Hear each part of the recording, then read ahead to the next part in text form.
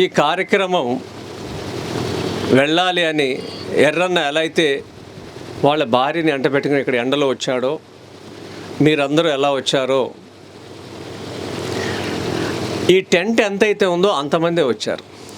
ఇది 4 నెలల నుంచి నేను చూస్తున్నది. ఇది నిజంగా చెప్తున్నా, స్వామి వెనకాల ఉన్నాడు. ఎందుకు ఇలా జరుగుతుంది మీకు తెలియదు కదా. మీకు నేను ఒక్కడనే పరిచయం. నేను రోజు జనంతో చూస్తాను కాబట్టి ప్రతి కార్యక్రమంలో ఈ టెంట్ ఎంత ఉందో అంతమందే ఉంటారు. మీరు చూసుకోండి వెనక్కి తిరిగి. ఇంత పోస్ట్ పెట్టినా దేవుడు మిమ్మల్ని మాత్రమే ఇక్కడికి పంపించాడు. మరి పోస్ట్ ఎంతమంది చూశారు? వేలల్లో చూశారు. మరి అందరూ ఎందుకు రాలేదు ఇక్కడికి? రావాలి కదా. అందరికీ అవకాశం భగవంతుడు ఇవ్వడు.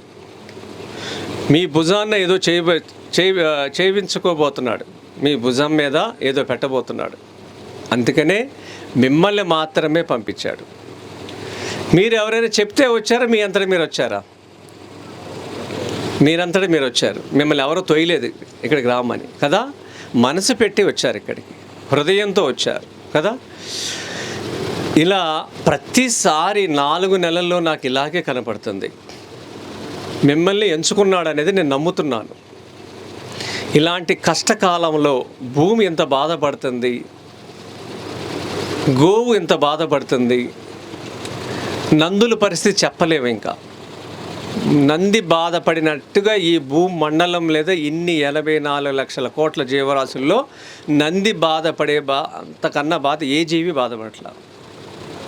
తెగ నరుకుతున్నారు నందుల్ని. దీనికోసం రేపు ఇంకో కార్యక్రమం ఉంది గండిపేటలో. ఎల్లుండి 10 రోజుల పాటు ఇందిరా పార్క్ దగ్గర నా నంది కోసం, నా గోవు కోసం నిరాహార దీక్ష చేస్తున్నాను 10 రోజుల పాటు. ఉదయం 9 గంటల నుంచి సాయంత్రం 5 గంటల వరకు అక్కడే కూర్చుంటాను 10 రోజులు. నా పనులన్నీ వదులుకుని ఎవరైనా వస్తారా నాతో పాటు? ఒక్కరోజు రండి. ఇది నా కోసం కాదు, మన గోవు కోసం. ఇది వచ్చేటప్పుడు మీ పిల్లలు తీసుకురండి, వీలైతే వాళ్ళకి తెలియాలి ఇవన్నీ. నేను ఈ భాగ్యనగరానికి వచ్చి 37 సంవత్సరాలు అవుతుంది. 37 సంవత్సరాలలో పట్టపగలే నా షాపు నుంచే పెద్ద పెద్ద ఒంగోలు గిత్తలు వెళ్ళిపోతున్నాయి. ఏ హిందువు ఆపట్లేదు. పట్టపగలు ఇదివరకు అలా లేదు. రాత్రిపూట తీసుకెళ్ళేవాళ్ళము. పట్టపగలు కనీసం వాహనాన్ని ఆపే ధైర్యం, శక్తి మీకు లేదు. కానీ అక్కడ కూర్చుంటాకైనా రాండి, మిమ్మల్ని ఎవరు అరెస్ట్ చేయరు. అరెస్ట్ చేస్తే నేనున్నాను. మన వాణి, మన శక్తి, మన యొక్క ఉనికిని కాపాడుకుంటాకైనా మీరు రావాలి. మౌనంగా ఉంటే జ్ఞానం పాలేకర్ గారు ఇచ్చారు, గోవు పాలేకర్ గారు ఇచ్చారా? ఇది బ్రహ్మ సృష్టి కదా, భగవంతుడి సృష్టి, ప్రకృతి సృష్టి. మరి గోవు లేకపోతే జ్ఞానం ఎలా వెళ్తుంది? రేపు జ్ఞానం ఉన్నా ఏం ఉపయోగం అవుతుంది?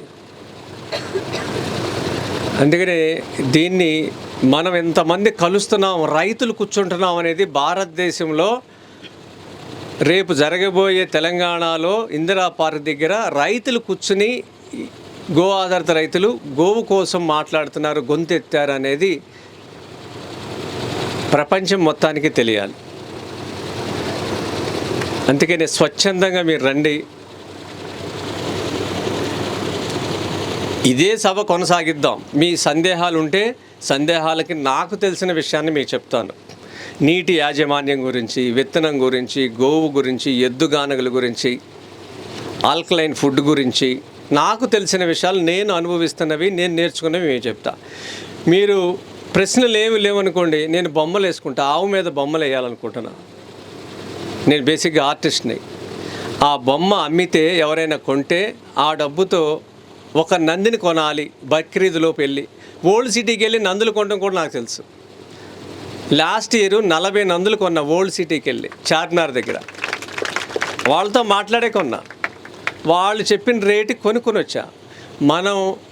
మన హిందువులు 60,000కి అమ్ముతుంటే 50-60 వేలకి ఒక నందిని వాడి దగ్గరికి వెళ్ళి ₹1,00,000 కొనుక్కొచ్చా. ₹1,00,000 తక్కువ అమ్మనంటున్నాడు. అలా 40 నందులు. ఒక ఆవిడ ₹10 లక్షలు ఇచ్చింది. ఆవిడ రిటైర్మెంట్ ఫండ్ అంతా ఇచ్చేసింది. ఒక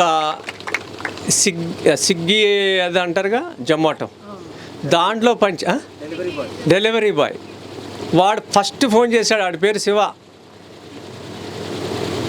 సార్ నాకు రోజుకి ₹500 వస్తాయి సార్, మా అమ్మ మా నాన్నకి ఏదైనా చెప్పుకుంటా, ఈ 500 ఒక నంది కొనండి సార్ అని ఇచ్చాడు.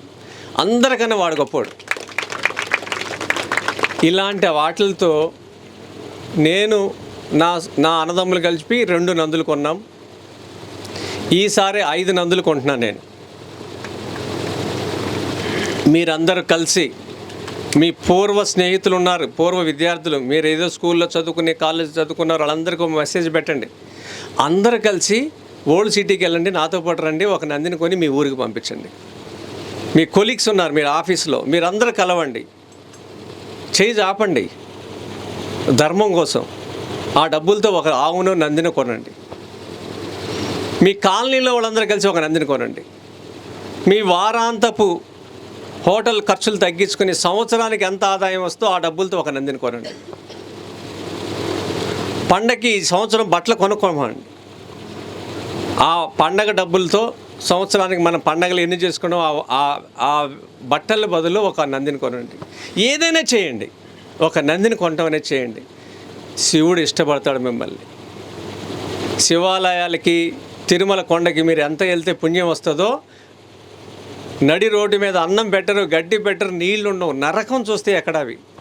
లాస్ట్ ఇయర్ మేము కొంటున్నప్పుడు వెళ్తున్నప్పుడు నన్ను రన్లో లేదు, మిమ్మల్ని అందరూ గుర్తుపడతారు, మీకు అమ్మరు, అక్కడ గొడవ జరుగుద్ది అంటే ఏమీ పట్టించుకోవాలా,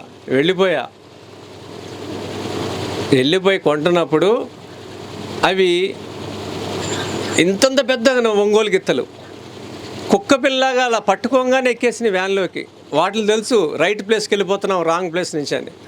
అంత స్పృహ ఉంటుంది వాటికి. కుక్క పిల్లగా అలా ఎక్కేసి కూర్చున్నాయి అంతే. అవి మంచి వాళ్ళకి ఇచ్చాం. రమేష్ ఉన్నాడు ఇక్కడ, రమేష్కి ఇచ్చాం. 2 జతలు ఇచ్చాం, అతనికి 2 ఇచ్చాం. సేద్యం చేసుకుంటున్నాడు. అలా పుట్టిని గత సంవత్సరం తీసుకొచ్చిన తర్వాత ఆవుల మీద క్రాస్ అయ్యి పిల్లలు పుట్టినవి కూడా వచ్చేసినాయి. ఇప్పటికి చాలా పిల్లలు పుట్టినాయి.